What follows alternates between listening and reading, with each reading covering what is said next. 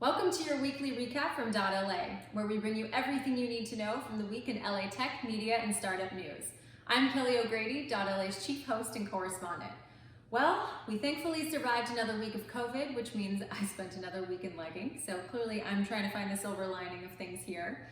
And it turns out I'm not the only one. In a new study, it said that over half of employees would like to continue working from home after the pandemic passes, and over 45% of employers are actually open to it. In other COVID news, the LA startup community continues to pull together to fight the virus, with many performing a pandemic pivot with their businesses. But unfortunately, we've also seen many having to lay off staff. One company is doing both. Here to tell us about Shipsi is dot.LA senior reporter Tammy Abdullah with our spotlight story from the week. Tammy, Shipsi had previously seen strong growth, but earlier this week you reported that they had laid off nearly half of their staff due to the coronavirus pandemic. Could you tell us a little bit about what went into this decision? When the order came down that non-essential stores needed to close their doors, Shipsi was worried. They didn't know how long this would last, and a lot of their crucial partners are actually these retail stores, who ship out their product from the stores, which are their distribution centers. So they decided it was most prudent to limit the bleeding on the front end and cut their staff by half so that they only had their most essential core staff working. And then they also employed varying degrees of furloughs. Yeah, that's certainly tough with their partners being so meaningfully affected. Many LA startups facing business model issues have innovated though in the face of COVID. What steps has Shipsi taken to address these new challenges? So Shipsi has tried to rise to the challenge that we're living in today.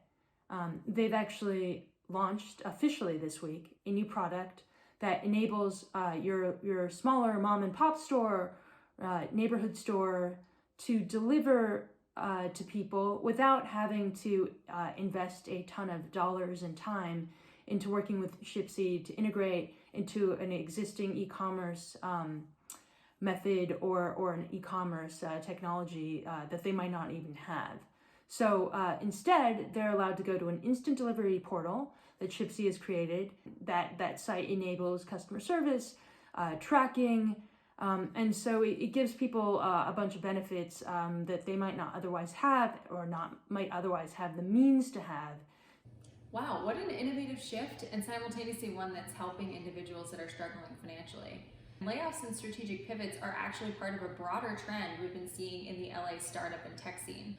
So what's your take on how the pandemic will affect the community in the long run? This pandemic really has impacted the startup community, and especially smaller businesses, significantly. And, it's anyone's guess what will happen in the long run, but it does seem like these companies have been forced to learn how to pivot very quickly to address what's happening in current events. In this case, it's a pandemic, but in the next case, it might be a new life-changing technology. It might be the advent of 5G, which is already upon us. So I think we're going to see companies, keep an eye on their bottom line, and make sure that they can respond quickly and innovatively to what comes. Well, that's at least a silver lining that some companies will now be better off to handle the next challenge. Thanks so much for joining us, Tammy, and for sharing Shipsi's story. And now for our investing news. The fund has launched in LA. Every VC fund likes to insist that they're different, but this is actually a truly unique VC concept. No professional investors allowed, and instead of through traditional LPs, it gets capital from dozens of what it calls community members, all successful founders and operators themselves.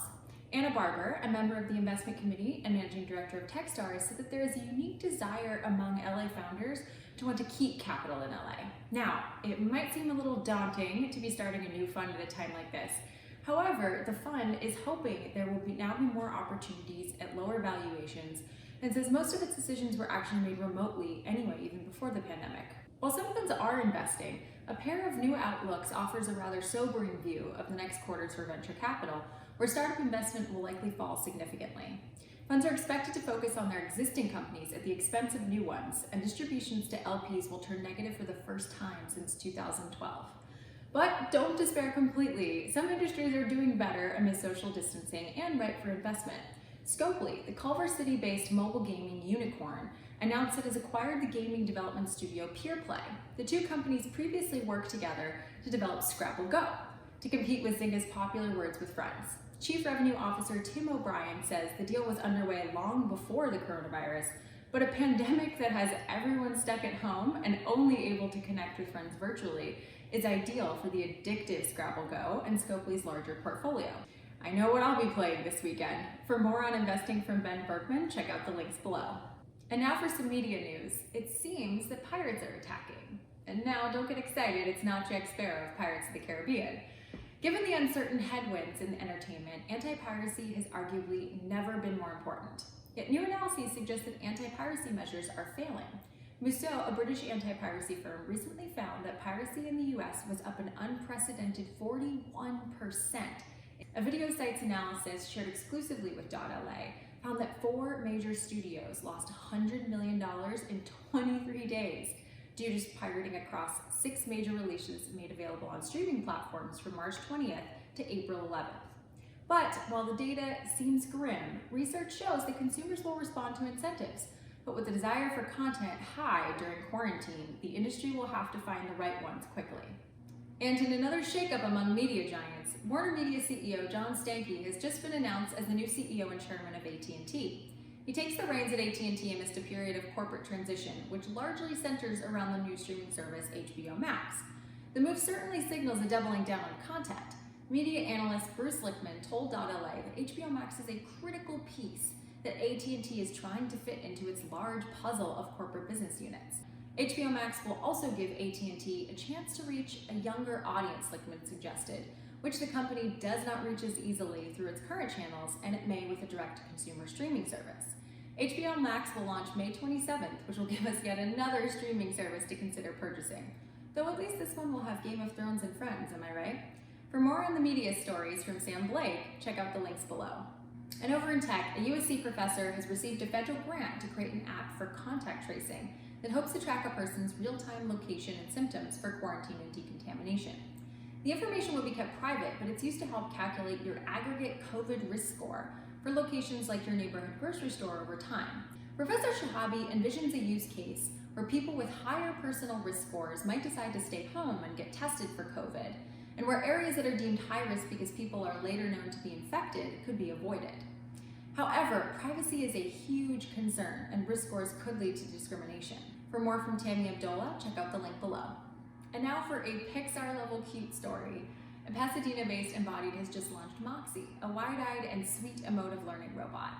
Geared towards children with autism, the company believes Moxie embodies the very best of humanity in a form of technology that fuels learning. Its pre-programmed lessons are intended to guide children through development with discussions about feelings and relationships, difficult areas for children with autism to navigate. CEO Paolo Perjanian eventually hopes to develop these robots for older adults in isolation and those with Alzheimer's or dementia. Studies are showing promise that robots can be effective, but still, bringing a robot into the home brings questions and unique problems concerning our society's relationship with machines. That being said, Moxie may just be the robot to break these barriers. For more on the story from Rachel Uranga, check out the link below and join us for our strategy session on Tuesday at 11 a.m. on the rise of robots. And to close out this Friday weekly recap, here's a fun offbeat story for you. Liquid Death, yes, you heard that right, a Santa Monica-based canned water startup has released its first ever music album titled Greatest Hates. The brand, which provides water in a tall boy can with the tagline, "Murder Your Thirst," has typically used tongue-in-cheek humor for easily viral marketing.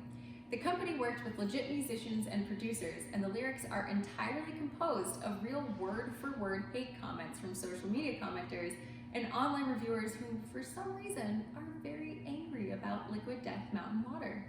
The timing has also worked out in a way, even though the album has been in the works for months. People want humor and levity right now more than ever, co-founder Mike Cesario said. I think I may have just found my new workout motivation soundtrack. Well, friends, that wraps up my weekly recap. For more details on these stories, other news this week, and to learn more about the virtual events we're hosting, visit us on our website, sign up for our daily newsletter, and be sure to follow us on Instagram so you don't miss my daily digest of the day's top headlines. Thanks for tuning in. I'm Kelly O'Grady for dot.LA.